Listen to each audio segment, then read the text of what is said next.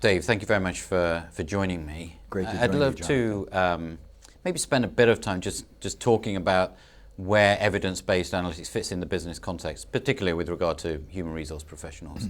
I know back in the 90s you wrote a book on on the dashboard, so where's it come from? What we have found is, and Jonathan, it's great, and you should be answering that. You're the expert on this one. But we have found 4 stages in the analytics work. The first stage was the HR scorecard, which is measuring the HR activity. And it's great to do, but there's no outcome variable. The second phase is insights, to say, let's go to the cloud. Let's look at the insights we get from patterns of work. The third phase is intervention. So if we do this experimental group with training or with staffing or with career planning, what's the impact? And then the fourth phase is real business impact. That's the phase where I think we need to head, is not starting with what HR does, but what's the business outcome and how can HR deliver against that outcome? And I look at that and I think about one of your more recent books, the Outside In book, which I found really great book, but almost a bit scary that we have to re-educate ourselves. That's because when you know, when I've been talking to clients, they talk about, you know, the changes that are happening in the world, the economic changes, the political changes, particularly the technology changes, given my experience in the technology sector.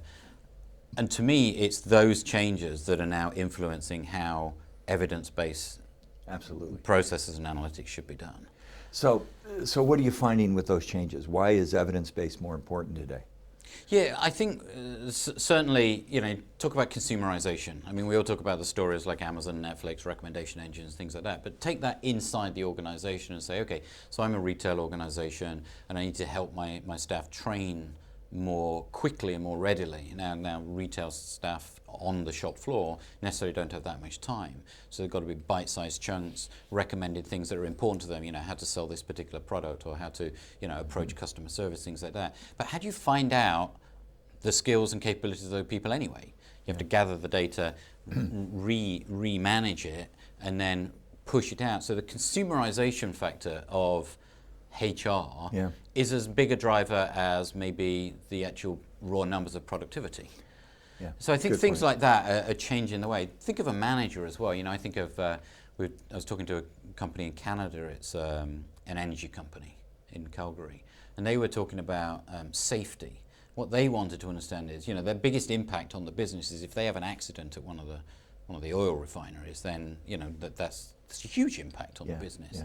But how do they understand who's in their staff, who's already good at a compliance level of standard for, you know, safety or whatever standards that they're trying to measure? You don't want to always measure everyone or get everyone to do a test, but how can you actually provide managers with a dashboard of information that is not a static dashboard, but is an ongoing daily dashboard that says, okay, these 20 people in your team already meet the required standards, but these 10 don't.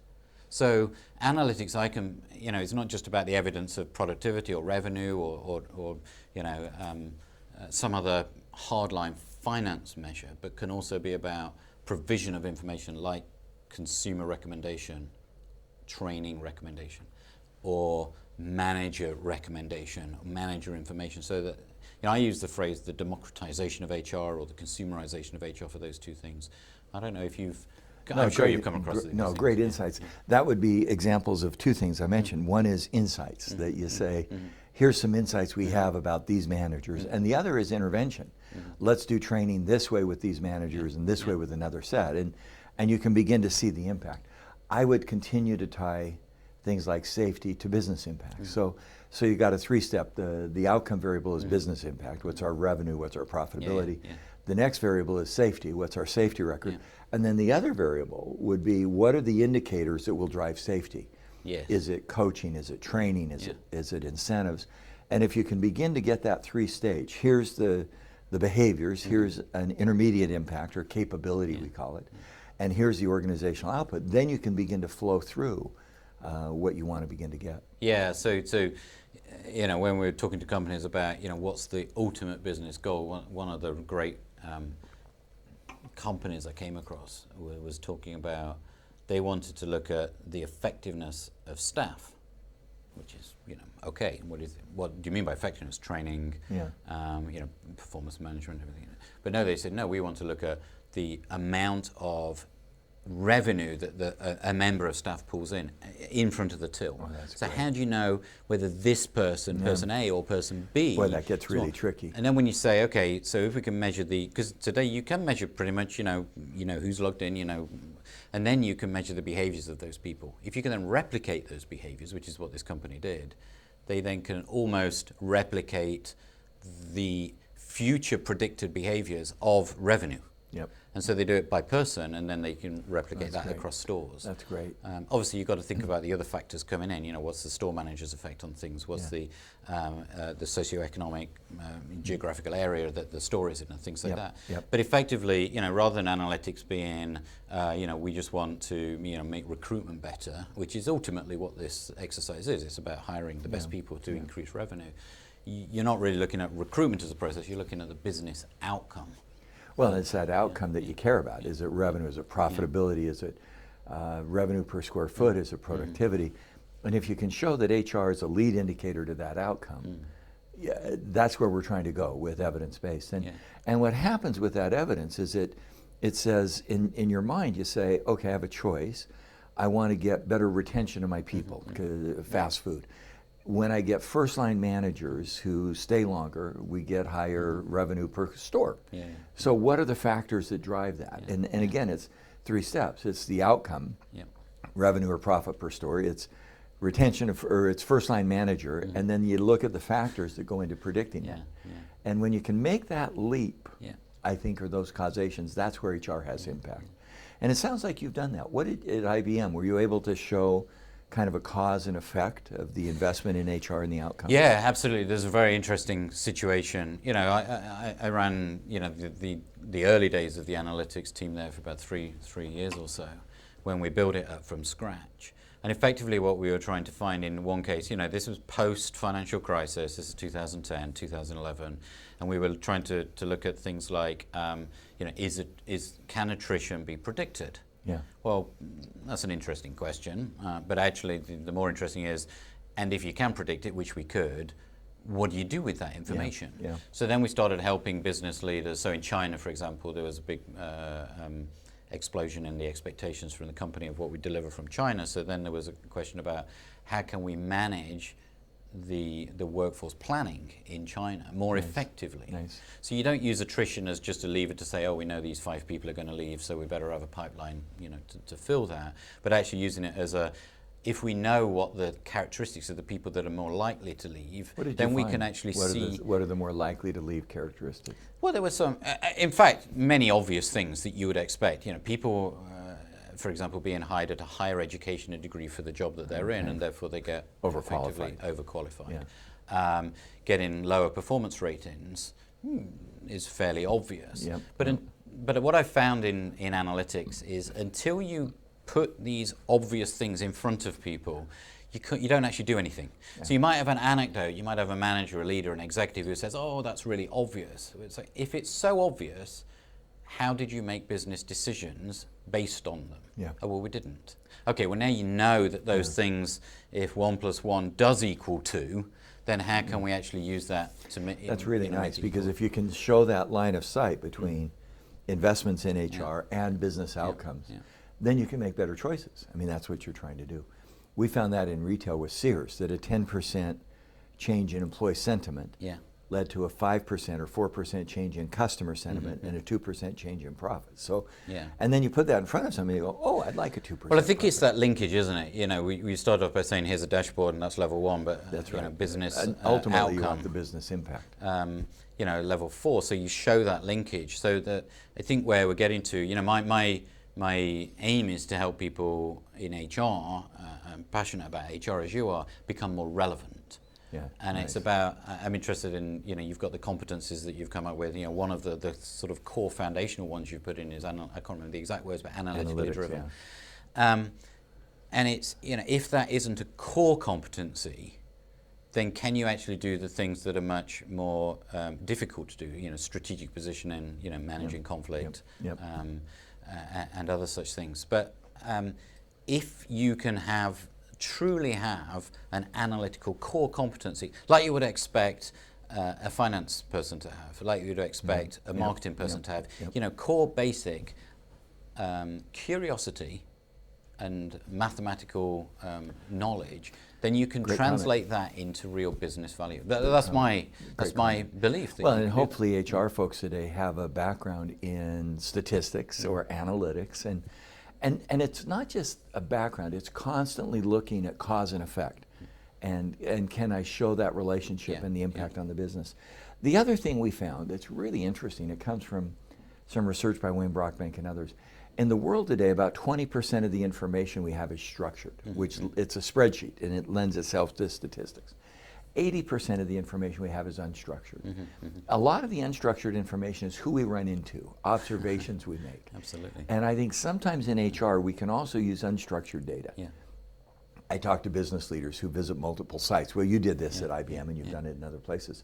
When you visit a site, how long before you can tell the morale? And it's not long. And that's unstructured data. And so I think the analytics can be applied to the structured data, the spreadsheets and the analysis that show cause and effect. But it can also be applied to the unstructured data, where we get observations and questions. No, I totally agree. And things like understanding that unstructured data in things like sentiment. So you've got, it could be a survey, it could just be... it can be observation. It could be things on a, as you say, scorecards of observation. It could be things that are written, publicly available, and whatever. You can gather all that as text. But other things as well, metadata. Email metadata. I think that's just the metadata of emails can tell you who's talking with who are the change agents in an organization. How do you get big transformation plans cascaded through an organization? Is it hierarchically or is it through these change agents? Well, and you can also do network analysis through who's emailing whom and what's. I came across a company in Turkey. It was a fantastic mobile company there, and they were using mobile network data, so who phones who on their mobiles, and you could find who the people were that were the nodal decision nodes that are the influencers. So I think if HR practitioners think much broader than classic HR data, HRIS and recruitment and whatever, take themselves into this 80% of data that is really unstructured or metadata, biodata, who enters the building, etc. It can really have a dramatic impact on. Great issue. I mean, one of the examples, that unstructured data, and you structure the unstructured data. One of the companies said one of the frustrations in performance appraisal is the ratings. I mean, and you know that, we all know that. So this company out in California said, not all, but a big chunk of our interactions, if you're my boss and I'm your employee, are done through Twitter, they're done through emails, they're done on company-owned data sites. So they now do word cloud, word CLE, and every month they'll give you a sheet of paper and me a sheet of paper and say, here's what you guys have talked about.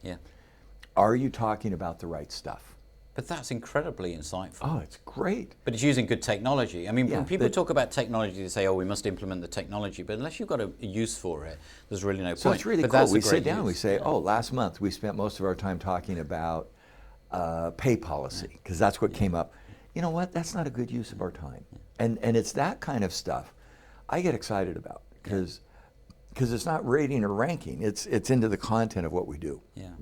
I think one of your fellow management gurus, Peter Drucker, came up. I think he came up with a phrase, something about you can have all the planning in the world, but unless you actually do something with planning, it's useless, or worse to that effect. Or Mike Tyson said, you can do all the planning in the world until you get hit once.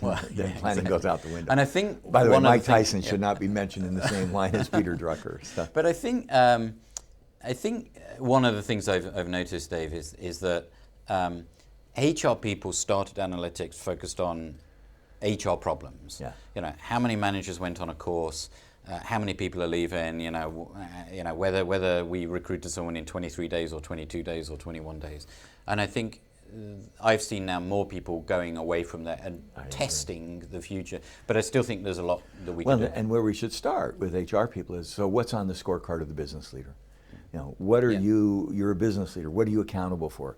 Market share, customer share, stock price, innovation, cycle time. I mean, whatever you're accountable for, that's what we in HR should be predicting, given our I think so, and it comes back to that safety example that we were talking about in the oil and gas industry. If they put everything into the barrel, how many accidents per barrel effectively, how can we change that? How can we improve that? And I think if my one personal thing to every HR person would be, what is the key metric of your business? Is it productivity per square meter? Is it innovation? Is it number of patents? Net promoter is score? It net promoter score? Is it something very specific to number of medical cases per hospital or whatever? Well, I mean, you got a whole chunk of productivity indices, output per unit of input. But if you start thinking at that level, absolutely, and then track it back, then you can get down to, okay, recruitment per days is impact. And I came across this example, the head of HR went in, or the head of HR and head of analytics went in to see the CEO, and they said, recruitment's great, we've halved the number of days to hire someone, and so the CEO looked at them and said, so what? Yeah. And then they went out all disappointed, and then came back a couple of weeks later and said, we've changed the recruitment process and we can deliver an extra millions to the bottom line. And suddenly it's like, oh, how did you do that? Yeah, and that's what I care about. Yeah. I don't think CEOs care about the process; they care about the results. They care about the outcome. And absolutely. And that means HR folks have to really start with the business. I mean,